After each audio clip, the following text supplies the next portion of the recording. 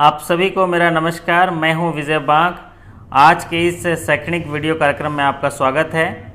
आज हम लोग जा रहे हैं भोपाल से 24 किलोमीटर दूर समसगढ़ स्थित एक एग्री पॉली हाउस का दौरा करने के लिए।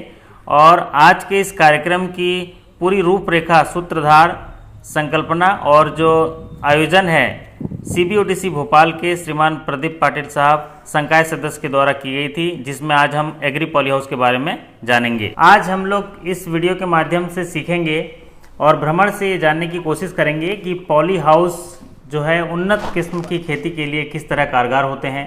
दरअसल पॉली हाउस जो है पॉलीथीन से बना हुआ एक रक्षात्मक छायाप्रद घर होता है, जिसका उपयोग उच्च मूल्य वाले कृषि उत्पादों को उत्पन्न करने के लिए किया जाता है। देखिए यहाँ पर जो इस पॉली हाउस समसगढ़ के जो ओनर हैं श्रीमान कनिष्क मेहरा साहब इसके डिज़ाइन के बारे में बता रहे हैं। साथ ही साथ वो ये बता रहे हैं कि ये जो डिज़ाइन है अर्धवृत्ताकार, वर्गाकार या लंबे आकार का भी हो सकता है। इसमें लगे उपकरणों की मदद से इसके अंदर का ताप, आर्द्रता, प्रकाश आदि को नियंत्रित किया जा सकता है। पॉली हाउस दरअसल जो तकनीक का उपयोग है एक प्रोटेक्टेड खेती के तौर पे किया जाता है, संरक्षित खेती के तहत किया जाता है। इस तकनीक से जलवायु को नियंत्रित कर दूसरे मौसम में भी खेती की जा सकती है। ड्रिप पद्धति से सिंचाई कर उसका तापमान और उसकी जो ह्यूमिडिटी को नियंत्रित किया जा सकता है। इसे कृत्रिम खेती के तौर पे इसमें उत्पादन को बढ़ा के हर सीजन में मनपसंद फसल पैदावार करने के लिए एक उन्नत किस्म की खेती जो है इस पॉली हाउस के माध्यम से की जा सकती है।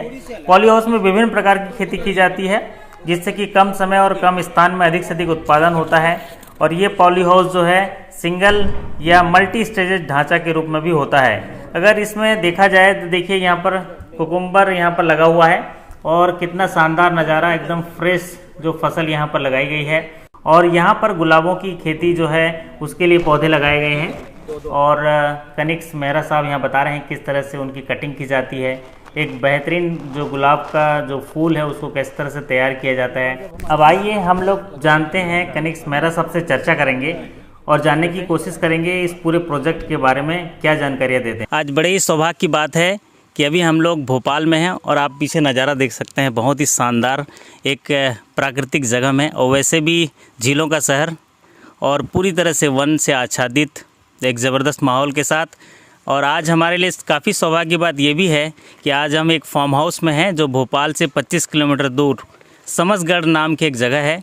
और यहाँ पर एक शानदार अद्भुत अनुभव आपको मिलेगा इस वीडियो को देखेंगे तो, और एक शिक्षाप्रद वीडियो होगा। इससे आप जानकारी ले पाएंगे कि किस तरह से एक व्यवसाय के रूप में कृषि को देखा जाएगा और इससे हम एक उन्नत कृषि को आधुनिक कृषि के साथ समन्वित करके एक बेहतर जीवन शैली और देश की विकास धारा में एक आर्थिक विकास में अपना योगदान कर सकते हैं और अपने समाज के विकास में, अपने स्वयं के विकास में कृषि को बेहतर से बेहतर बना सकते हैं।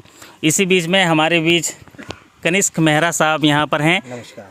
और आपका ये समसगढ़ में फार्म हाउस है, तो हमें मौका देने के लिए बहुत बहुत धन्यवाद। My pleasure sir. और सबसे पहले मैं बता दूं, बहुत अच्छी पढ़ाई करके MBA करके एक व्यवसाय स्थापित करने की बजाय आपने एग्रीकल्चर को क्यों चुना, और आपके इस प्रोजेक्ट के बारे में थोड़ा बताएंगे। जी सर, ये प्रोटेक्टेड फार्मिंग का प्रोजेक्ट है।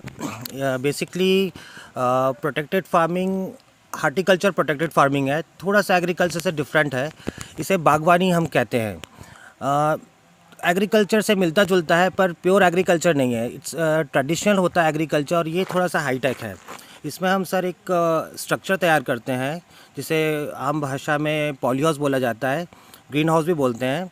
इसके अलग अलग मेथड, इसकी टेक्निक्स है। ये जो आप यहाँ पे देख रहे हैं ये नेचुरल वेंटिलेटेड पॉली हाउस है। इसमें हाई एंड के भी आते हैं, फैन पैड, और थोड़े लोअर कैटेगरी के भी आता है नेट हाउस। वेजिटेबल्स और फ्लावर्स के लिए सर इंडियन सब कॉन्टिनेंट में नेचुरल वेंटिलेटेड पॉली हाउस हमारे कंट्री में प्रैक्टिकल है। हाई एंड में सर इलेक्ट्रिसिटी से इश्यूज़ होते हैं, पर इनमें इलेक्ट्रिसिटी की इतनी कंजप्शन नहीं होती है। तो नेचुरल वेंटिलेटेड पॉली हाउस का यहाँ पे एक प्रोजेक्ट है सर। टोटल 3 एकड़ प्रोजेक्ट है। आधा एकड़ की 6 यूनिट है सर यहाँ पे, 2000 स्क्वायर मीटर की। और यहाँ पे सिर्फ हम एग्जॉटिक वेजिटेबल्स और फ्लावर्स में रोज़ करते हैं। जी हाँ मेरा साहब, बहुत बहुत धन्यवाद। हमने देखा कि जब भी हम ऐसे पॉली हाउस की बात करते हैं, प्रोजेक्ट बहुत अच्छा है, लेकिन उसकी इम्प्लीमेंटेशन अगर परसेंटेज देखा जाए तो वो 10 से 15% हो जाता है, सक्सेस रेशियो बहुत कम हो जाता है। फाइनेंस की भी बहुत ही सरल तरीके से बैंकों से फाइनेंस मिल जाता है। गवर्नमेंट भी एक हाथ आगे बढ़ा के रखती है, सब्सिडीज़ की स्कीम्स है, बहुत सारे अनुदान जो है गवर्नमेंट जो है आगे आके किसानों को प्रोवाइड करता है। लेकिन एक बात जो तय होती है, किसान जो है उनको मानसिक रूप से तैयार होना, क्योंकि जब हम एज ए बैंकर काम करने जाते हैं अपने फील्ड में, और बहुत सारे किसान जिनके पास 10 एकड़ ज़मीन है, 15 एकड़ ज़मीन है, 20 एकड़ ज़मीन है, लेकिन अभी भी वो इसके लिए तैयार नहीं हो पाए हैं, एक पॉली हाउस कल्चर के लिए तैयार नहीं हो पाए हैं, एक एग्रीकल्चर प्रोटेक्टेड कल्टीवेशन को एक्सेप्ट नहीं किए हैं। और आप जिस तरह से प्रोजेक्ट दिखाए, हमने देखा आपके 6 पॉली हाउस हैं, एक में आपने ककुम्बर लगाया है, कैप्सिकम लगाया हुआ है और गुलाब के फूल लगाए हुए हैं।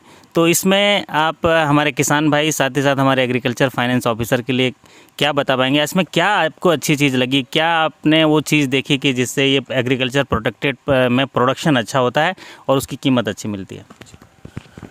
सबसे पहले तो किसान भाइयों को इसको ट्रेडिशनल खेती से छोड़ के एग्रोनॉमिकल इंडस्ट्री के रूप में देखना ज़रूरी है। इसमें पॉलीहाउस के अंदर हर चीज़ ह्यूमन एक्टिविटी पे डिपेंडेंट है। एरर की कोई गुंजाइश नहीं है, क्योंकि प्रोटेक्शन है, पाला से प्रोटेक्शन हो जाता है, तेज़ हवा से प्रोटेक्शन है, बारिश का प्रोटेक्शन है। अगर आप इसको साइंटिफिक वे में करते हैं, अगर आप इसमें जुगाड़े करेंगे या उसको जो उसके सेट मेथड्स हैं उनको छोड़ के, मोस्टली किसान यही गलती करते हैं कि इसको ट्रेडिशनल खेती के रूप में देखने लगते हैं। इसका हर सिस्टम एक पर्टिकुलर रीज़न के लिए है, उसको यूज़ करना है। जैसे फ़िल्टर सिस्टम है, फ़िल्टर सिस्टम प्रॉपर लगाना बहुत ज़रूरी है। 90% प्रोजेक्ट्स में आप देखेंगे कि फ़िल्टर सिस्टम, इरिगेशन सिस्टम ही बहुत पुअर क्वालिटी का होता है।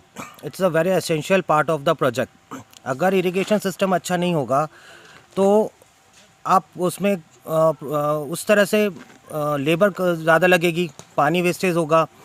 अब इरिगेशन सिस्टम के लिए sir proper sand filters, disc filter, proper company का उसमें टेक्निक्स होती है, नॉन ड्रेन की, वो सब अगर लेते हुए आप करते हैं तो आपको प्रोजेक्ट सक्सेसफुल होगा। उसी तरह से पॉली शीट्स भी अच्छी क्वालिटी की आती है, 200 माइक्रॉन्स की आपको यूज़ करना है। अगर आप मोस्टली किसानों को नॉलेज नहीं होता है, फैब्रिकेटर्स उनको कुछ भी सस्ता माल लगा के चले जाते हैं, इसकी वजह से भी प्रोडक्शन में दिक्कत आती है। और एक बार फार्मर एक क्रॉप में फेल हो जाता है तो फिर डीमोरलाइज हो जाता है। तो बेहतर ये है कि पहले इसका पूरा नॉलेज ले ले, थोड़ा किसी क्या करके देख ले काम, या किसी प्रोजेक्ट को फॉलो कर ले कुछ दिनों के लिए। मार्केटिंग, अगर आपका प्रोडक्शन क्वालिटी अच्छी है तो मार्केटिंग की कोई प्रॉब्लम नहीं है। There are multinational companies, Walmart है, रिलायंस फ्रेश है, and numbers of companies are there. वो आपके यहाँ से आपका माल रेगुलर लेंगी, रेट भी अच्छा देगी, अनलेस अनटिल कि आप क्वालिटी और क्वांटिटी उतनी बना सकें। बहुत बहुत धन्यवाद मेहरा साहब। आप इस उन्नत किस्म की जो खेती आप कर रहे हैं, एक एग्रीकल्चर प्रोटेक्टेड प्रोडक्शन कर रहे हैं, इसमें मैं देखा हूँ कि जब भी किसानों को ये स्ट्रक्चर है, बैंक से हम लोन के लिए भी मोटिवेट करते हैं और उनको लोन भी मिल जाता है, एक फाइनेंशियल असिस्टेंट मिल जाता है, उनके पास ज़मीन है वो, लेकिन एक चीज़ जो है वो टेक्निकल असिस्टेंट कि किस जलवायु में करना चाहिए, कितने तापमान में करना चाहिए, उसकी जो सीड्स कहाँ मिलेंगी, उसके पौधे कहाँ मिलेंगे, और उसमें हम मल्टी लेवल क्रॉपिंग कैसे कर पाएंगे। तो ये स्ट्रक्चर के लिए टेक्निकल असिस्टेंट आपको कहाँ से मिल पाएगा, हमारे साथियों को बता पाएंगे तो बड़ी मेहरबानी होगी। वैसे तो आपको पूना में तलेगांव में इसका गवर्नमेंट का इंस्टीट्यूट है। अदरवाइज़ आप अपने ज़िले के एग्रीकल्चर ऑफिस में भी जाके पता कर सकते हो, एग्रीकल्चर कॉलेज में, वहाँ से भी आपको काफ़ी असिस्टेंस मिल सकता है। बट जहाँ तक ये है कि अगर आप खुद से थोड़ा रिसर्च करें, आजकल नेट पे सारी इन्फॉर्मेशन अवेलेबल है। लिमिटेड इसमें डिसीज़ आती हैं, वो डिसीज़ का आपको ट्रीटमेंट रेगुलर करना है। It's not a rocket science, देखा जाए तो बहुत इजी है। मौसम का कोई इतना बड़ा इशू नहीं है, क्योंकि ये है ही मौसम के अगेंस्ट हमें क्रॉप को संभालने के लिए। ये स्ट्रक्चर ही एक्सट्रीम वेदर्स को पौधों से बचाने के लिए है। एक तरह से पॉलीहाउस के अंदर वर्षावन जैसा क्लाइमेट तैयार होता है, जो पौधों के लिए बहुत अच्छा है। 35 डिग्री हम टेम्परेचर मेंटेन कर सकते हैं, ह्यूमिडिटी मेंटेन कर सकते हैं। ये जो धूप एकदम तेज़ हो रही है, ठंड आ रही है, वो सबसे इसमें प्रोटेक्शन होता रहता है।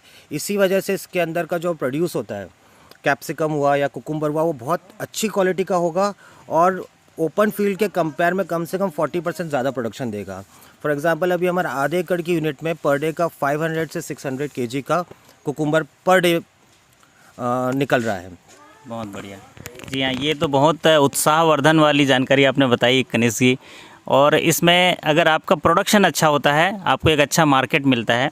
और ये कॉमर्शियल क्रॉप है, मतलब एक छोटे से जो एरिया में, चाहे 1 एकड़ है या आधा एकड़ है, उस एरिया में इस क्रॉप को लगा के आप ज़्यादा प्रोडक्शन के साथ आय को बढ़ा सकते हैं। मेरे तो लगता है कि नॉर्मल से कितना गुना आय बढ़ जाता होगा अगर इस कॉमर्शियल 1 एकड़ में, अगर एक साधारण किसान अगर साधारण खेती करता है, अगर उस 1 एकड़ में, पहली बात तो मैं जानना चाहूँगा कि उस 1 एकड़ के अगर प्रोजेक्ट में एक पॉली हाउस बनाया जाए तो उसका कॉस्ट कितना पड़ता होगा, और क्रॉप के हिसाब से अगर मोटा मोटी ब्रेक इवन दे दिया जाए तो आप क्या बता पाएंगे कि उसको कितनी आय जो साधारण खेती से दुगुना हो जाएगी या 3 गुना हो जाएगी आपके हिसाब से? अगर हम 1 एकड़ का प्रोजेक्ट लेके चलते हैं तो अच्छा सीड और सब लेके 1 एकड़ का अपन फॉर एग्जांपल कुकुम्बर ही ले लेते हैं तो 700-800 केजी पर डे 45 दिन तक आपको मिलेगा। 3 महीने की क्रॉप सर्कल है वो, और 15 रुपये से 20 रुपये का रेट चलता है कुकुम्बर का। बट अगर हम कैप्सिकम में जाते हैं तो कलर्ड कैप्सिकम की हम बात करें तो कलर्ड कैप्सिकम का रेट बहुत हाई होता है। ज़रूरी चीज़ ये है कि आप जो सीडलिंग यूज़ कर रहे हैं वो अच्छी क्वालिटी की हो, क्योंकि अगर सब कुछ भी अच्छा और आपका सीड ही गलत है, सीडलिंग अगर आपके पास सही नहीं है तो आपका प्रोड्यूस वो उस क्वालिटी का कभी नहीं आएगा। सीड्स के लिए रेनॉल्ड्स कंपनीज़ हैं, सेजेंटा है, रिजवान है, इन कंपनीज़ के आप सीड्स लीजिए, वो पॉली हाउस के लिए ही बनाए जाते हैं। लोकल सीड्स कई किसान यूज़ कर लेते हैं जिसकी वजह से वो प्रोडक्शन नहीं आता। कुछ किसानों को ये टेक्निक ये भी नहीं पता होता है कि इसमें सेल्फ पॉलिनेटेड प्लांट्स लगेंगे। कई किसानों को मैंने देखा इसके अंदर वो ब्रोकली लगा देते हैं, तो ब्रोकली इसके अंदर कभी पॉलिनेशन नहीं हो पाएगा। इसके अंदर आप हर्ब्स की कोई भी लगाइए, भाजी जिसे हम कहते हैं, साग, पालक लगा लीजिए, लीफ लेट्यूस लगाइए, वो बहुत अच्छा होगा। बाकी इसकी जो ट्रेडिशनल क्रॉप्स हैं वो है tomato, cherry tomato, coloured capsicum, green capsicum and cucumber. Flowers में आप इसमें रोज़ ले सकते हैं, जरबेरा ले सकते हैं। रोज़ फ्लावर में जाते हैं तो रोज़ का मार्केट अच्छा है, उसका rate all over the year अच्छा मिलता है। बहुत बहुत धन्यवाद कनिष्क साहब। एक चीज़ और पूछना चाहूँगा कि जब हम ऐसे मार्केटिंग करते हैं तो एक तो होता है आपके पास मार्केट कहाँ से मिलता है, और आप अपनी मार्केटिंग कैसे कर पाते हैं। जैसे हम लोग ज़्यादातर किसानों से जुड़े होते हैं तो उनके पास प्रोडक्शन तो हो जाता है, लेकिन अच्छे रेट पर उस प्रोडक्ट को परचेस करने वाला उनके पास ऐसा कोई टाई अप नहीं होता है, या ऐसी कोई उसकी मार्केटिंग स्ट्रेटजी नहीं होती है जिससे लोग आके उसको जो है एक्वायर कर लें, उसको ख़रीद लें। तो आप इसको किस तरह से सलाह दे पाएंगे कि मार्केटिंग किस तरह से हो और उसका इनकम जो आता है, उसकी जो सेलिंग होती है, उसका जो प्राइस आता है, वो जल्दी से जल्दी उसके पास आ सके और अच्छे कीमत पे आ सके? मार्केटिंग अगर हम इतना इन्वेस्टमेंट कर रहे हैं तो हम मंडी वाले मार्केट पे तो डिपेंड नहीं करें, वो ज़्यादा अच्छा होगा। अब हमें मंडी से हट के मॉल्स में बेचना है तो उसके लिए जैसे अभी आज की डेट में आपको कुकुम्बर कलर्ड भी आप देखेंगे तो 150-180 ग्राम का मार्केट में मिलेगा। वहीं अगर आप रिजवान कंपनी का सीड लगाते हैं तो उसका 300 ग्राम्स का एवरेज फ्रूट साइज़ आएगा। अगर आपकी ये क्वालिटी होगी तो आपको मॉल्स से लोग खुद आके आपसे परचेज़ करेंगे और उसमें आपको रेट भी ज़्यादा मिलेगा। आप अगर पुअर क्वालिटी लगाते हैं तो लेबर कॉस्ट, फर्टिगेशन, टाइम, ये सब उतना ही लगना है, ट्रांसपोर्टेशन वगैरह। बट सीड की क्वालिटी अच्छी लेने से प्रोड्यूस अच्छा आएगा जो आपको हाई एंड मार्केट में कंज्यूम हो पाएगा। फॉर एग्जांपल आप कलर्ड कैप्सिकम गर्मियों के टाइम में 200 रुपये किलो का रेट चलता है होलसेल में, फिर रिटेल में जाके वो 300 केजी तक चला जाता है। बस आपको क्वालिटी का ध्यान रखना है, हाई एंड क्वालिटीज़ लीजिए, आपको मार्केटिंग में ज़्यादा इशू नहीं आएगा, ये कंपनीज ले ही रही हैं।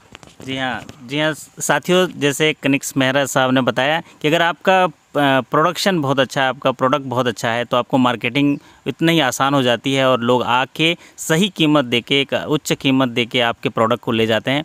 क्योंकि इस जो समय देखा जाएगा तो अगर आपकी फ़सल अच्छी है तो उसकी किसी भी कीमत पर आपको नुकसान होने की गुंजाइश नहीं लगती है, लोग हाथों हाथ उसको ले लेते हैं।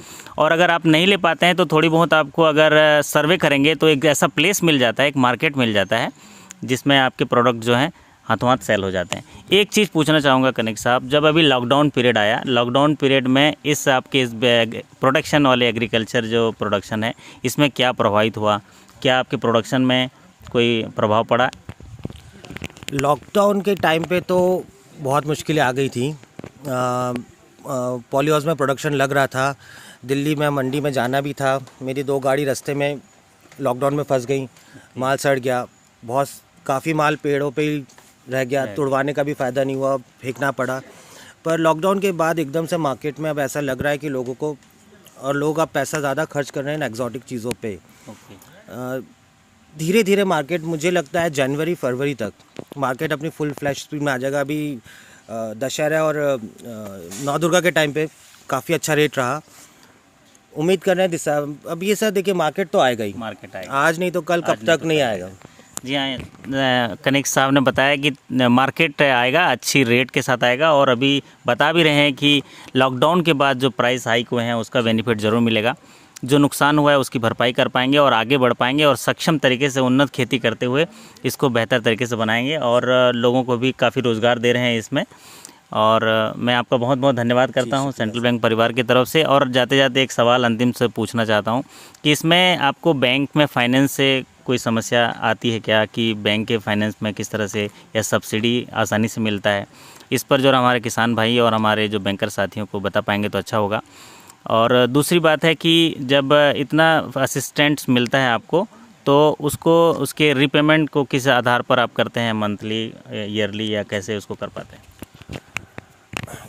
इन प्रोजेक्ट्स में जिसमें सब्सिडी रोल प्ले होती है उसमें बैंक का एक बहुत इंपॉर्टेंट रोल होता है। एक्चुअली गवर्नमेंट ने बैंक को ही मॉनिटरिंग अथॉरिटी मान के रखा हुआ है। पास्ट में कभी कई जगह ऐसा हुआ कि सब्सिडी रिलीज़ हो गई, प्रोजेक्ट प्रॉपर्ली बन नहीं पाए। जब बैंक इन्वॉल्व हुआ इन प्रोजेक्ट्स में तो उनकी मॉनिटरिंग की वजह से प्रोजेक्ट प्रॉपर वे में कंप्लीट हुआ है। प्लस बैंक से भी सपोर्ट मिल जाता है। सब्सिडी बैंक में ही रिलीज़ होती है, बैंक में लॉकिंग पीरियड में रहती है 3 साल के लिए। 50% के तकरीबन सब्सिडी है इसमें सेंट्रल गवर्नमेंट की तरफ से। अगर आपका 50 लाख का प्रोजेक्ट उनका गाइडलाइन में है तो 25 लाख के आसपास सब्सिडी रिलीज़ होती है। That's for vegetable. फ्लावर्स के लिए 60 लाख का प्रोजेक्ट होता है, जिसमें 30 लाख रुपीज़ सब्सिडी रिलीज़ होती है। अगर प्रॉपर काम पूरा किया गया है तो 100% सब्सिडी में, मतलब 50% सब्सिडी कंप्लीट मिलेगी। और अगर उसमें कुछ मिस्टेक्स हैं, जैसे फॉर एग्जांपल इरिगेशन आपका प्रॉपर नहीं है, या आपने सर्वेंट क्वार्टर नहीं बनाया, या पैकिंग हाउस नहीं, तो उतना पैसा कट के फिर वैसे सब्सिडी मिलती है। जी हाँ, बहुत बहुत धन्यवाद। ये थे कनिक्स मेहरा साहब और भोपाल से 25 किलोमीटर दूर समसगढ़ में इनका ज़बरदस्त फार्म हाउस है। आज हमें सौभाग्य मिला आपसे बात करने के लिए और निश्चित तौर से हमारे जो साथी हैं इस वीडियो के माध्यम से प्रेरित होंगे और बहुत सारे किसान साथियों को भी प्रेरित कर पाएंगे और ऐसे जो प्रोटेक्टेड एग्रीकल्चर कल्टीवेशन को बढ़ावा मिलेगा। और सरकार भी इसमें पूरी तरह से लगी है, किसानों की आय दोगुना करना चाहते हैं, किसानों को जो है विकास की मुख्य धारा में शामिल करना चाहते हैं। कृषि प्रधान देश है और इसकी सबलता को समझते हुए, इसकी प्रखरता को समझते हुए हमें किसानों को भी ऐसे मौके और ऐसे अवसर देने चाहिए और ट्रेनिंग्स के माध्यम से, ऐसे प्रोजेक्ट के विजिट के माध्यम से उनको जो है आगे आने के लिए प्रेरित करना चाहिए। बहुत बहुत धन्यवाद कनिक साहब, थैंक यू सो मच। साथियों, बड़ी सौभाग्य की बात है कि आज हम एक प्रोटेक्टेड एग्रीकल्चर कल्टीवेशन फार्म को देखने के लिए आए हैं और ये एक एजुकेशनल टूर जैसा साबित हो रहा है और इसमें बहुत सारी जानकारियाँ और एक मोटिवेशन मिल रहा है। और इसी बीच हमें सौभाग्य मिला है, पाटिल साहब हमारे साथ हैं और पाटिल साहब से हम जानना चाहेंगे कि जो आज के ये दौरा है, जो ये प्रोजेक्ट हम लोग विज़िट किए हैं, इसमें जो महत्वपूर्ण चीज़ें जो नज़र आई हैं ये हमारे साथियों को बताएंगे पाटिल साहब कि इसमें किस तरह से एग्रीकल्चर को जो है एक प्रोडक्शन के माध्यम से जो जलवायु पर निर्भर ना हो और जो सीज़न के आधार पर अपने आप को जो है मोल्ड करते हुए बेहतर प्रोडक्शन कर पाएँ और उसकी एक अच्छी कीमत वो पा सकें। पाटिल साहब, सबसे पहले तो मैं आपको धन्यवाद देना चाहूँगा विजय जी कि आपने इस इंटरव्यू का एक हिस्सा मुझे बनाया। और दूसरी महत्वपूर्ण बात यह है कि जब हम अपने आसपास के परिवेश में, अपने वातावरण में इस तरह की नई चीज़ें, इनोवेटिव चीज़ें देखते हैं तो सहज रूप से हमारे अंदर में एक अभिलाषा जागती है कि हम जा कर के उन चीज़ों को देखें, समझें और किस तरह से दुनिया चल रही है, हमारा समाज चल रहा है, उन सब चीज़ों को समझने का हमें एक सुअवसर प्राप्त होता है। दूसरी बात यह है कि जो इस तरह की जो प्रोटेक्टेड फार्मिंग या जो पॉली हाउस या ग्रीन हाउस का जो कॉन्सेप्ट आया, जो अवधारणा आई है, ये विगत कुछ वर्षों से भारतवर्ष में बहुत ज़्यादा ही आकर्षण का केंद्र रही है। भारतवर्ष में हमने देखा कि कई हज़ार वर्षों से हमारे यहाँ एक ट्रेडिशनल जो खेती है वो होती चली आई है, लेकिन ट्रेडिशनल जो खेती होती है उसकी एक लिमिट होती है, सीमा होती है, तो उस सीमा को भी हमें पहचानना बहुत ज़रूरी है। और हमें उन सीमाओं से पार जा कर के जो पूरे जगत में, जो पूरी दुनिया में जो नई टेक्नोलॉजी आ रही है, नए तौर तरीके आ रहे हैं, उनको अपनाने का हमें प्रयास करना चाहिए। और इससे हम निश्चित रूप से अपने जो प्रोडक्टिविटी, हमारा जो उत्पादन है, उसको हम एक नया आयाम दे सकते हैं और नई दिशा में भी हम काम कर सकते हैं। जैसे मैं आपको एक उदाहरण के लिए बताना चाहता हूँ कि हाल के वर्षों में आपने देखा होगा कि हाइड्रोपोनिक जो खेती है वो बहुत ज़्यादा अभी पॉपुलर होती चली जा रही है। वर्टिकल फार्मिंग जो है बहुत ज़्यादा पॉपुलर होती चली जा रही है। उसका मुख्य कारण ये है कि आप देखते हैं कि ज़मीन जो है वो सीमित है हमारे पास में, उसके टुकड़े जो है वो निरंतर और छोटे छोटे होते चले जाते हैं। इसका ये नतीजा ये होता है कि हमारे पास में जो पहले उपलब्धता हुआ करती थी, जो प्रचुरता हुआ करती थी, जो पर्याप्तता हुआ करती थी ज़मीन की, वो बहुत ज़्यादा कम हो गई है। तो ऐसी सूरत में हमें दूसरे नए तौर तरीके ढूंढने पड़ेंगे जिससे कि हम अपनी उस खेती को करते रहें, लेकिन उसका एक दूसरा आधार ढूंढें।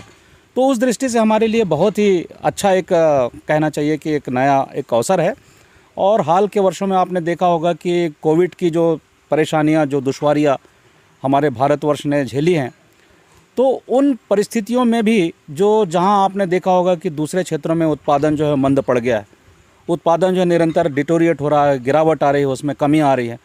बावजूद इसके अगर आपने गौर फरमाया होगा तो आपको ये बात परिलक्षित हुई होगी कि एग्रीकल्चर एकमात्र ऐसा सेक्टर है जहाँ की इन परेशानियों का, इन दुश्वारियों का उतना विपरीत प्रभाव नहीं पड़ा जितना अन्य क्षेत्रों में आपको दिखाई पड़ता, चाहे वो ऑटोमोबाइल हो, एमएसएमई हो, रिटेल का सेक्टर हो। इन क्षेत्रों में कोविड-19 की जो मार है वो बहुत ही ज़बरदस्त पड़ी है, लेकिन एग्रीकल्चर एकमात्र ऐसा क्षेत्र है, आप कह सकते हैं, जो सेक्टर है जहाँ निरंतर जो है वो आपकी जो प्रोडक्टिविटी, जो पैदावार है, वो लगातार बढ़ती चली जा रही है।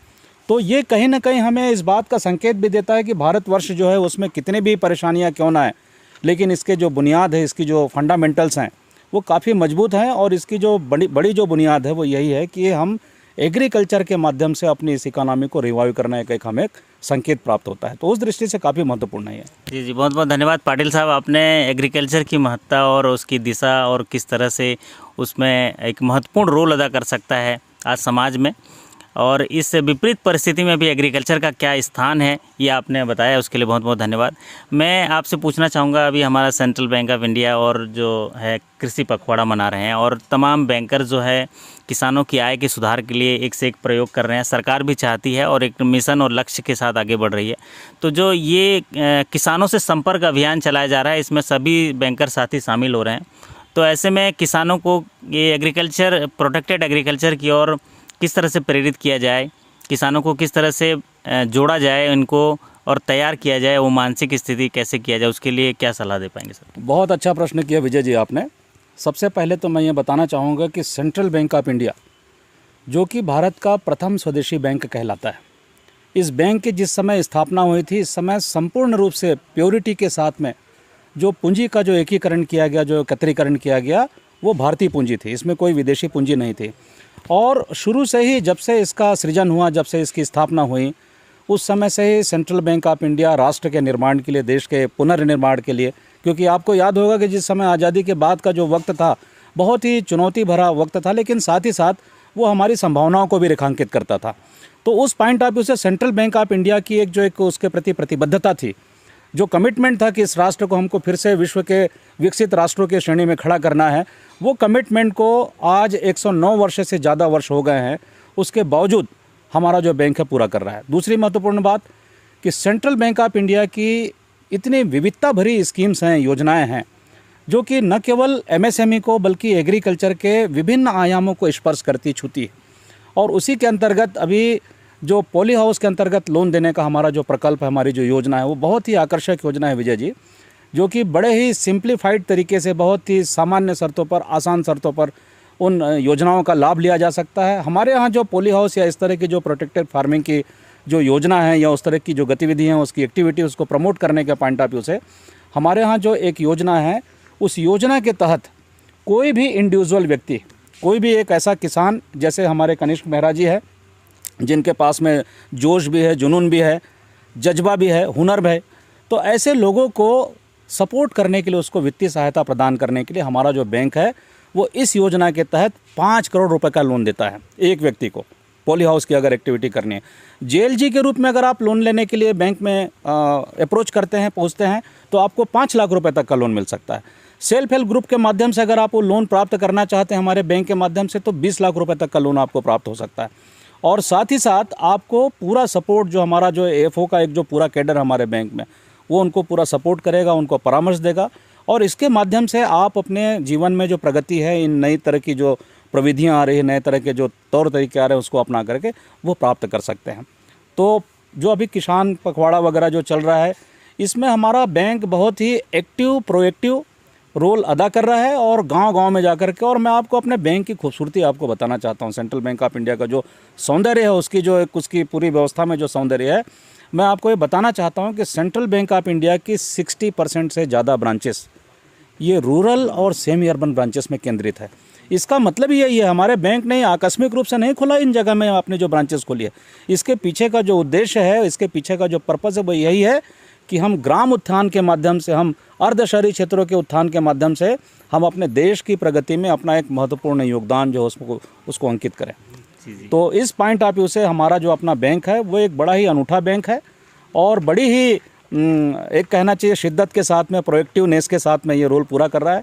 और भोपाल अंचल में वर्तमान में जो हमारे FGM साहब हैं, आदरणीय श्री माहौरकर साहब, उनके नेतृत्व में एग्रीकल्चर का काम, चूँकि वो इस बैकग्राउंड से भी आते हैं, किसान परिवार से भी हैं, किसानों की समस्याओं को बहुत बारीकी से, सूक्ष्मता से, स्पष्टता के साथ में समझते हैं, तो उस पॉइंट ऑफ व्यू से भी उनका जो अपना एक योगदान है, वो बहुत ही कहना चाहिए कि अंतर्दृष्टि संपन्न है, इनसाइटफुल जिसे आप कह सकते हैं। तो इससे क्या होता है कि आपकी प्रोडक्टिविटी, आपकी जो उत्पादनशीलता है, वो बहुत ज़्यादा सार्थक हो जाती है, बहुत ज़्यादा यूज़फुल हो जाती है, प्रासंगिक हो जाती है। जी। तो मैं तो यही अपील करना चाहूँगा जितने भी किसान भाई हैं कि हमारे बैंक में विजिट करें, निकटतम जो भी शाखा होगी वहाँ जाएं, और वहाँ जा कर के इन योजनाओं के बारे में जानकारी प्राप्त करें, और उन योजनाओं का पूरी तरह से संपूर्ण रूप से लाभ लें, अपनी प्रगति सुनिश्चित करें, और देश की प्रगति में अपना योगदान दें।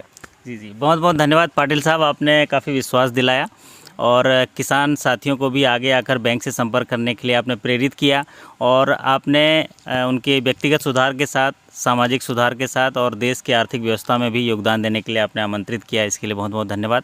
और देखिए, इस लगातार 6 से 7 महीने की लॉकडाउन में सभी लोग घर में थे, लेकिन घर से बाहर निकले सिर्फ एक ही वजह से, वो है अन्न के लिए। और वो अन्नदाता जो है किसान है, और उनके सम्मान के लिए सेंट्रल बैंक आगे आया है, और अभी सभी शाखाओं में सुसज्जित किया गया, बेहतर तरीके से सजाया गया है, वो सिर्फ किसानों के लिए। उनका सम्मान किया जा रहा है जगह जगह, और उसी कड़ी में हम लोग भी यहाँ आए हुए हैं, और एक अलग सा परिदृश्य यहाँ दिख रहा है। तो सभी साथियों के लिए ये बड़े सौभाग्य की बात है, हमारे जो बैंकर साथी है, क्योंकि हम लोग किसानों को व्यक्तिगत तौर से इस तरह से उनके काम में भागीदार करते हैं, उनका सहयोग करते हैं, और उनको आगे आने के लिए हमेशा प्रेरित करते रहते हैं। बहुत बहुत धन्यवाद पाटिल साहब। मैं जाते जाते आपसे कहना चाहूँगा कि ऐसी कोई पंक्तियाँ कह दीजिए जिससे हमारे किसान साथी जो हैं प्रेरित हो जाएँ, और उनका जो है मोटिवेशन थोड़ा सा बढ़ जाए उनके लिए। मैं यही कहना चाहता हूं कि इन विपरीत परिस्थितियों में जिस तरह का उन्होंने साहस का परिचय दिया, पुरुषार्थ का परिचय दिया है, जिस तरह की जीवटता का परिचय दिया है, तो मैं ऐसे लोगों को सैल्यूट करने के दृष्टि से मैं कहना चाहता हूं कनिष्क भाई के लिए कि कदम बढ़ाओ तो मंजिल आपकी है, वरना ज़माना कब किसी का इंतज़ार करता है। कदम बढ़ाओ तो मंजिल आपकी है, वरना ज़माना कब किसी का इंतज़ार करता है। जिसे यकीन है अपनी उड़ान पर दिल से, फलक ऐसे ही परिंदों से प्यार करता है। बहुत बहुत धन्यवाद पाटिल साहब आपके हौसला अफजाई के लिए। निश्चित तौर से आपके इन पंक्तियों से हमारे किसान साथियों का और साथ ही साथ बैंकर साथियों का हौसला अफजाई होगा। आपने समय के साथ बदलते हुए परिवेश में, बदलती हुई टेक्नोलॉजी को अडॉप्ट करने के लिए हमें प्रेरित किया, और हमारे साथियों के साथ जो जानकारी साझा की उसके लिए बहुत बहुत धन्यवाद। नमस्कार। बहुत बहुत धन्यवाद विजय जी, शुक्रिया आपका। साथियों, आप सभी को मैं बता दूँ कि आज का ये जो प्रोटेक्टेड एग्रीकल्चर फार्म जो है, यहाँ पर इनकी किस तरह से विकास किया जाता है, किस तरह से खेती की जाती है, और एक व्यवसाय के रूप में इसको कैसे स्थापित किया जा सकता है। मेहरा साहब, आपको मैं बहुत बहुत धन्यवाद करता हूं। मैं चाहता हूं कि हमें आप आज के प्रोजेक्ट के बारे में मार्गदर्शित करें। मेहरा साहब। धन्यवाद बांका जी। और सबसे पहले तो मैं धन्यवाद देना चाहूँगा कनिष्क मेहरा जी का कि उन्होंने आज हम सबको ये अवसर दिया कि हम लोग इतने अच्छे वातावरण में और एक ये जो माहौल देखने को मिला, एक इन्होंने जो प्रोटेक्टिव फार्मिंग और इनोवेटिव फार्मिंग जिसको कह सकते हैं, एक इतना अच्छा प्रोजेक्ट इन्होंने यहाँ खड़ा किया है। और सबसे महत्वपूर्ण बात जो मुझे लगी वो देखिए, आजकल गाँवों से शहरों की ओर पलायन हो रहा है। जो ग्रामीण युवा है वो शहर की तरफ आ रहा है, भाग रहे हैं।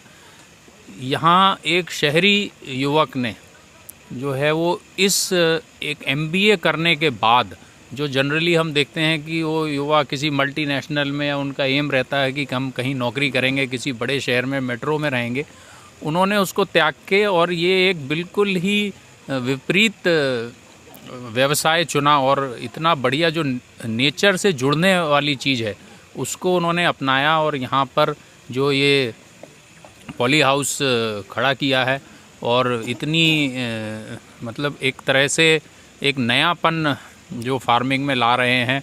और जैसा उन्होंने खुद बताया कि कई लोग आते हैं उनके, और वो इवन इसकी अब कंसल्टेंसी भी शुरू कर दी है उन्होंने, कि लोग उनसे और मार्गनिर्देशन लेके इसको और बढ़ा रहे हैं। और जैसा कि आज सब जगह जो बात हो रही है कि किसानों की किस तरह आय बढ़ाई जाए, उनकी आय दोगुनी करने का लक्ष्य भी रखा हमारे प्रधानमंत्री जी ने, तो उस संदर्भ में अगर आप देखें तो जैसा उन्होंने हम लोगों को आज बताया कि ये सब कैश क्रॉप है, सवेरे माल जाता है, शाम को पैसा आ जाता है। और जो उन्होंने जैसे कैप्सिकम के बारे में बताया, जो कलर्ड कैप्सिकम, और 100 रुपये से लेके 200 रुपये तक उनको होलसेल में जाती है। मतलब इतना अच्छा दाम मिल रहा है इसका। और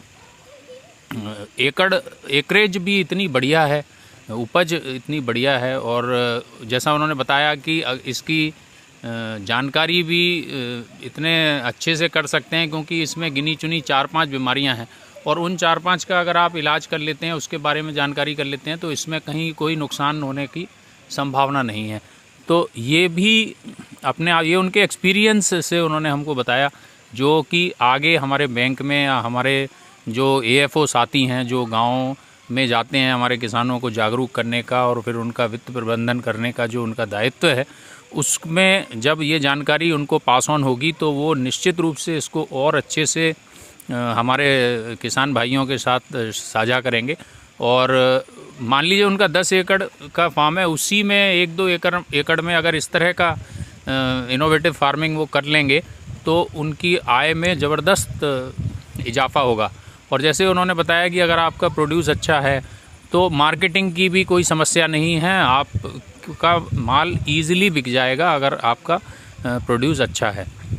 जी हाँ मेहरा साहब, मैं आपका धन्यवाद करता हूं कि आप जो भी हमारे नए साथी AFO साथी ट्रेनिंग के लिए आते हैं, आप ऐसे जो है प्रत्यक्ष तौर से आप इनको ऐसे टूर कराते हैं और उनको प्रेरित करने की कोशिश करते हैं।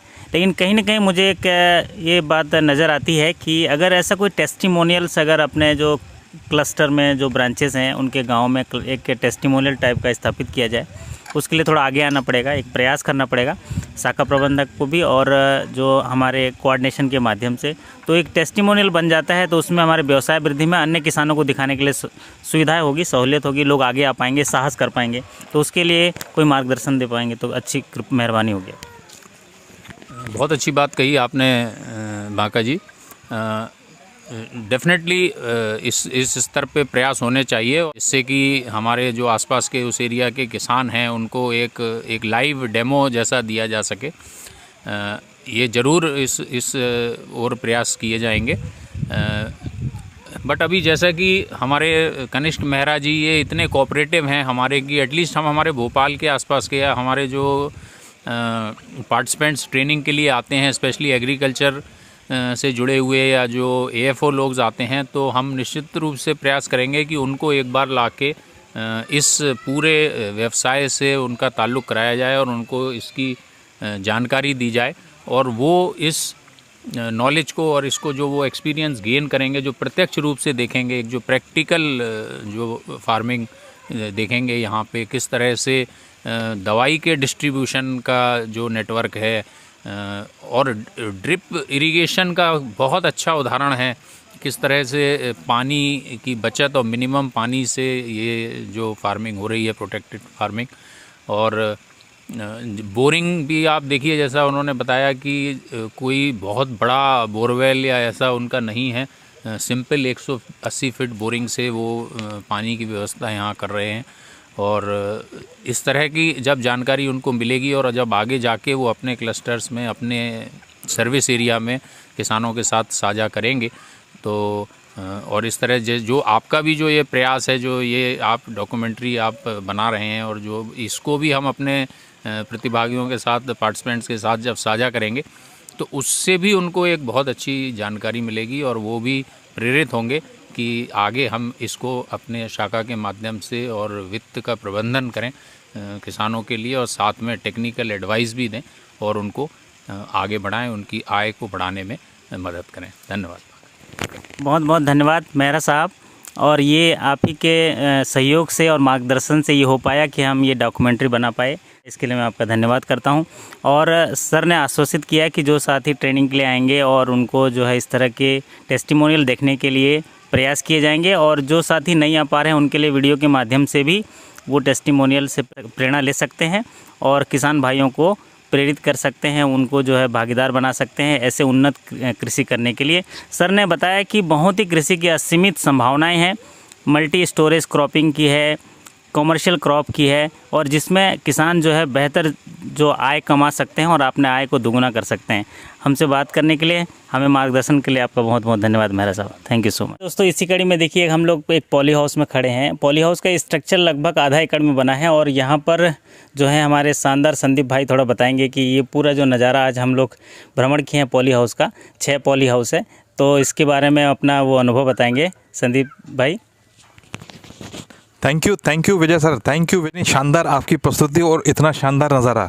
ये जो प्रस्तुति आज यहाँ पे आप देख रहे हैं, ये हमारे विजय बाका जी के सौजन्य से हो रही है, और ये निश्चित रूप से ये ना केवल किसान भाइयों के लिए, ना केवल हमारे एफओ साथियों के लिए, बल्कि ये आने वाले समय में ये इतना इनोवेटिव आइडिया हो जाएगा कि हम लोग देखते देखते यहाँ पे जिस समय से जो नए 2 युवा आए और उन्होंने अपने आप को इस्टेब्लिश किया, ना केवल इस्टेब्लिश किया बल्कि आज की डेट में उनके साथ में उनके जो फ्रेंड्स हैं जो यूएसए में रह रहे हैं, वो आकर के उनसे यहाँ पे ये आइडिया ले रहे हैं, और ना केवल आइडिया ले रहे हैं, यहाँ पर 1 महीने रुक करके वो उनके साथ में ट्रेनिंग कर रहे हैं, इम्पार्ट कर रहे हैं। अकेले एक वो नहीं, उनके साथ में ऐसे 2-3 साथी और हैं जो कि यहाँ पे आए हुए हैं, और उन्होंने ना केवल इसको चीज़ को जाना है, और बल्कि ये दूर दूर जा करके वो उसको वो इम्प्लीमेंट करना चाहते हैं। तो ये निश्चित रूप से ये बहुत ही एक शानदार, बहुत ही एक बेहतरीन टूर है, बहुत ही इनोवेटिव और बहुत ही एजुकेटेड रहा।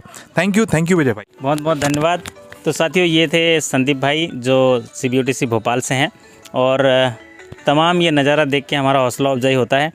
जी हाँ साथियों, अभी हम लोग हैं प्रोटेक्टेड एग्रीकल्चर फार्म में, और जो लगभग 4.5 एकड़ में बना है। 6 पॉली हाउस हमारे आसपास हैं। पीछे शानदार नज़ारा, हमारे अनुभवी साथी श्रीमान पंकज कुमार साहब हैं, और जो हमें बताएंगे सर किसान भाइयों के लिए और साथ ही साथ बैंकर साथियों के लिए। इतनी बेहतरीन फार्म हाउस देखने के बाद आप पहली अगर अभिव्यक्ति होगी तो क्या होगी पंकज साहब? बिल्कुल अद्भुत, अनूठा और काफ़ी अच्छा अनुभव हो रहा है यहाँ पे। और विजय जी, ये जो इनोवेटिव फार्मिंग है जिसको हम लोग आज यहाँ पे देखने के लिए आए हैं, तो मैं आपको ये बताना चाहता हूँ कि हमारा जो बैंक है, सेंट्रल बैंक ऑफ इंडिया, एक महान बैंक है, और हमारे बैंक के बोर्ड ने हमारी जो संस्था यहाँ पे CBOTC भोपाल है, उसको एग्रीकल्चर के लिए सेंटर ऑफ एक्सेलेंस नॉमिनेट किया है। तो मैं आपके माध्यम से अपने उच्च प्रबंधन को भी धन्यवाद देना चाहता हूँ। और ये हमारा निरंतर प्रयास रहता है, हमारे मेहरा साहब हमारे प्रिंसिपल हैं, उनके नेतृत्व में, और हमारे जो अंचल के मुखिया हैं माहौरकर साहब, उनके नेतृत्व में, कि हम इनोवेटिव फार्मिंग, इनोवेटिव एग्रीकल्चर के जो वेरियस आयाम हैं, जो डिफरेंट उनके एम्पलीट्यूड्स हैं, जो उनके वेरियस एस्पेक्ट हैं, उनके बारे में हम अपने प्रतिभागियों को बताएं। और आपको मैं ये शेयर करना चाहता हूँ कि हमारे जो संस्था है CBOTC भोपाल, तो यहाँ पे हमारे देश भर से जो अधिकारी हैं वो कृषि के क्षेत्र में उनकी जो ट्रेनिंग है, उनका जो प्रशिक्षण है, वो हम लोग करते हैं। तो हम लोगों को ये काफ़ी खुशी है इस बात की कि हम लोग इनोवेटिव फार्मिंग की ट्रेनिंग हम लोग उनको जो देते हैं, उसमें ऐसे जो यूनिट्स हैं, जैसे हमारे कनिष्क मेहरा जी ने जो यूनिट बनाया हुआ है, ऐसे यूनिट में जब हम उनको लेकर के आते हैं, तो वो आज की मॉडर्न टेक्नोलॉजी के हिसाब से और मॉडर्न जो आधुनिक परिदृश्य के हिसाब से वो खेती को समझ पाते हैं, और वो ये जान पाते हैं कि इस तरह की खेती भी हो सकती है। आप भारत के परिदृश्य में देखें तो आज भी जो खेती है वो मॉडर्न तरीके से नहीं होती है। और एक किसान को अगर आप बताएंगे कि एक किसान अपने प्रोडक्ट को सीधा वालमार्ट को बेच रहा है तो उसे ये बहुत ही अद्भुत और अनूठा लगेगा। और ये गौरव की बात है। और ये हम देख रहे हैं यहाँ पे आकर के कि हमारे ही बीच के एक किसान ने इस तरह की एक यूनिट बनाई है और यहाँ के जो प्रोडक्ट है वो सीधा वालमार्ट में बेच रहा है। तो साथी, आपका जो प्रश्न था बिल्कुल बहुत ही अद्भुत और अनूठा अनुभव है यहाँ पे आने के बाद, और काफ़ी अच्छा लगता है। और हमारे प्रतिभागी भी काफ़ी यहाँ से जो प्रशिक्षण के लिए आते हैं वो काफ़ी कुछ सीख के जाते हैं। जी, बहुत बहुत धन्यवाद पंकज साहब। आपने बताया कि जब ऐसे प्रोडक्शन के बाद किसान अपने प्रोडक्ट को बड़े बड़े कॉरपोरेट में बेचते हैं तो उनको एक अच्छी आय मिल जाती है, उसकी अच्छी कीमत हो जाती है। तो सर पंकज साहब, मैं आपसे बाधाओं के बारे में चर्चा करूंगा क्योंकि इसके फ़ायदे तो बहुत सारे हमने पाटिल साहब ने बता दिया, कनिष्क मेहरा जी ने बता दिया, तो मैं बाधाओं के बारे में पूछना चाहूँगा। पहली बाधा तो आती है कि उनको सही तरीके से साइंटिफिक नॉलेज नहीं होता है, उनको कोई मदद करने वाला नहीं है, उनको कोई बताने वाला नहीं, कीटनाशक क्या लगना है, जलवायु कैसी होनी है। मतलब मेरा सीधा सवाल है कि उनको, एक किसान भाई को अगर किसी बैंकर साथी ने तैयार भी कर लिया तो उत्पादन के तौर पर उनको जो टेक्निकल असिस्टेंट है समय समय पर वो कैसे मिल पाएगा, किसी एग्रीकल्चर साइंटिस्ट की मदद या उनको समझाने वाला बताने वाला कैसे हो पाएगा, ये बाधा कैसे दूर हो पाएगी? आपका ये बहुत ही प्रासंगिक प्रश्न है विजय जी, और मैं बिल्कुल इससे सहमत हूँ। और हमारे देश में आज़ादी के 72-73 साल के बाद भी आज भी कृषि एक समस्या है। और मैं अगर इसको इस तरह से कहूँ कि आज भी एक किसान जो है वो मेहनत बहुत करता है और वो दिन रात अपने खेत में परिश्रम करता है, पसीना बहाता है, खून बहाता है, लेकिन फिर भी उसके बाद उसकी जो उचित मूल्य है वो उस किसान को नहीं मिल पाती। ये आज भी एक समस्या बनी हुई है और सरकार इस दिशा में बहुत सारे कदम उठाती है और उठा रही है। ऐसा नहीं है, पहले से भी ये कदम उठाते आए गए हैं। मैं आपको इस श्रृंखला में एक जो मार्केटिंग का जो एस्पेक्ट है, जो गवर्नमेंट की जो कोशिश है, वो मैं बताना चाहता हूँ, शेयर करना चाहता हूँ। और आपके माध्यम से जो हमारे दर्शक होंगे, जो हमारे किसान भाई होंगे, वो भी इससे लाभान्वित हो सकते हैं। जो हमारे प्रतिभागी हैं, जो प्रशिक्षणार्थी हैं, वो भी इनसे उनको फ़ायदा मिल सकता है। कि सरकार के प्रयासों में सरकार ने ये जो बिचौलिए पहले हुआ करते थे, जब काफ़ी आज़ादी के बाद जो परिदृश्य अचानक से बदला, तो उस समय क्या होता था कि जो किसान, गरीब किसान बेचारा, उसका कोई बिचौलिया जो है साहूकार या महाजन लोग उसको कब्जे में ले लेते थे, एक बंधुआ मजदूर की तरफ से काम कराते थे और उसकी खून पसीने की जो मेहनत होती थी उसको वो औने पौने दाम पे ब्लैक में बेचा करते थे। तो इससे बचने के लिए सरकार ने APMC एक्ट लाया, जिसको कि एग्रीकल्चर प्रोड्यूस मार्केट कमेटी कहते हैं। सरकार ने मंडियों की स्थापना की जहां पे उचित मूल्य पे किसान जाकर के अपना प्रोड्यूस को बेच सकते हैं। और इसी सिलसिले में बाद में एक मॉडल APMC एक्ट भी आया 2003 में। तो सरकार ने उसमें फिर कुछ और बदलाव लाए, कुछ उसमें परिवर्तन किया, जिसमें सरकार जो है, किसान जो है अपने प्रोडक्ट को उन मंडियों के अलावा भी कहीं बेच सकता है। और उसके बाद भी फिर धीरे धीरे देखा गया कि चूँकि ये किसान जो हैं हमारे यहाँ ज़्यादातर अशिक्षित हैं, तो वहाँ भी देखा गया कि जो बिचौलिए हैं वो फिर वहाँ भी हावी होने लगे, जो आढ़तिये हैं वो अपनी मनमानी कीमत लेने लगे। तो फिर सरकार ने अभी एक नई जो पहल की है, जिसको इलेक्ट्रॉनिक नेशनल एग्रीकल्चर मार्केट का नाम दिया गया है। ये 2016 में सरकार की एक नई पहल है और इस पहल को मैं आपके माध्यम से मैं शेयर करना चाहता हूं। और हम लोग अपने ट्रेनिंग में ये अक्सर बताते हैं, ऑनलाइन ट्रेनिंग में भी, और जो साथी हमारे आते हैं प्रशिक्षण के लिए, कि अगर हम किसानों को इन माध्यमों के बारे में बताएं, जैसे APMC के बारे में या E-NAM के माध्यम के बारे में बताएं। आपने देखा होगा कि आज जब हम बातें शेयर कर रहे थे मेहरा जी से, कनिष्क मेहरा जी से, तो उन्होंने क्या बताया कि वो अपना माल डायरेक्ट जियो मार्ट में, वालमार्ट में बेचते हैं। तो ये इसी तरह का एक प्लेटफॉर्म है जो सरकार ने अभी इंट्रोड्यूस किया है, जिसको हम इलेक्ट्रॉनिक नेशनल एग्रीकल्चर मार्केट कहते हैं। और इस मार्केट में ऐसी व्यवस्था की गई है कि सभी मंडियों को इसमें जोड़ दिया गया है। तो आज अगर किसान अपने प्रोड्यूस को E-NAM के माध्यम से बेचना चाहता है, तो वो सिर्फ अब भोपाल का जो किसान है वो तमिलनाडु में भी अपना सामान बेच सकता है, वो चंडीगढ़ में भी अपना सामान बेच सकता है। तो ये एक मार्केटिंग का जो एस्पेक्ट है जो सरकार लेकर के आई है, ये बहुत ही बढ़िया है। और इसकी जो जानकारी है वो सभी किसानों को मिलना चाहिए, खास करके ऐसे किसान जो कि बिचौलियों के बीच में फंस जाते हैं, उनको अपने मेहनत का उचित मूल्य नहीं मिल पाता है। तो ये सारी चीज़ें हैं। जहाँ तक रिसर्च और इनोवेशन की बात आपने कही, तो हम अपने जो प्रशिक्षण के लिए हमारे यहाँ आते हैं उनको हम यहाँ के जो एग्रीकल्चर रिसर्च इंस्टीट्यूट है वहाँ भी ले करके जाते हैं, और उन रिसर्च इंस्टीट्यूट के जो प्रोमिनेंट जो साइंटिस्ट हैं, एमिनेंट साइंटिस्ट वहाँ पे काम करते हैं, उनसे भी हम अपने प्रशिक्षणार्थियों को मिलाते हैं और उनको जो उन्नत कृषि है, जो लेटेस्ट फार्मिंग है, खास करके जो लेटेस्ट इक्विपमेंट्स हैं, मशीनरीज़ हैं, उनके बारे में भी हम उनको बताते हैं और इसका पूरा फ़ायदा उनको वो आगे किसानों को बताते हैं तो किसानों को होता है। तो इस मामले में काफ़ी कुछ हम लोग कर रहे हैं और आगे भी हम ऐसी प्रतिबद्धता के साथ हम काम करते रहेंगे। बहुत बहुत धन्यवाद पंकज साहब, आपने बहुत सारी चीज़ें सरल तरीके से बता दी और सारी बाधाओं को दूर कर दिया। जहाँ तक की थी एक प्रतिस्पर्धा मार्केट कि किसान जो है अपने पैदावार को प्रतिस्पर्धा के मार्केट में अधिक से अधिक रेट में बेच सके, उसके लिए आपने प्लेटफॉर्म सुझाया है। और आप इतने सारे फ़ायदे बताए कि सरकार की प्राथमिकता है कृषि, बैंकों की भी प्राथमिकता है कृषि, क्योंकि उनका कुछ हिस्सा जो है प्राथमिकता प्राप्त क्षेत्रों में देना होता है, और हर जन जन की भी प्राथमिकता है कृषि, क्योंकि वो अन्न एक प्राथमिक चीज़ है जिसकी आवश्यकता एक मनुष्य को होती है।